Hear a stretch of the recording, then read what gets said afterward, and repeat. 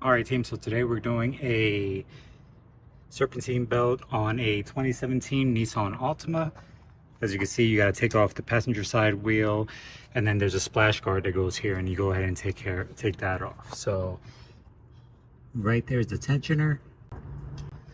So what we're gonna do, you got to turn that clockwise to go ahead and release the serpentine belt, so we can go ahead and replace it. So what I'm gonna do is I'm gonna go ahead and do that. It's a 14 that you need for that. You turn it clockwise.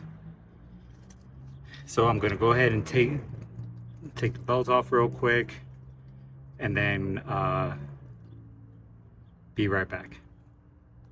All right, so here's the old one right here.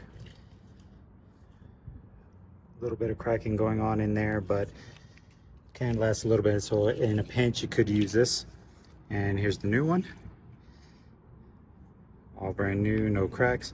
So the first thing you want to do, like I've mentioned in the past on the Eclipse, is to make sure that these are the same length, which I've already put them next to each other, just kind of holding it like that and then grabbing the other end and then stretching them out. The old one might be a little bit longer than the new one because over time it stretches and breaks, but they are close. So what we're going to do is go ahead and put this one in now, and what I'll do at the end of the video is put a diagram on how it's supposed to go and how it's supposed to look. So we're going to go ahead and get this in, and then we'll be right back.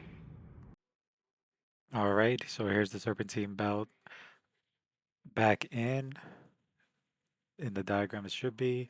Just checking to make sure that it's tight, which it is, and then that's pretty much it. So here's the diagram, and if this helped at all, guys, please just give me a thumbs up and a like. On to the next.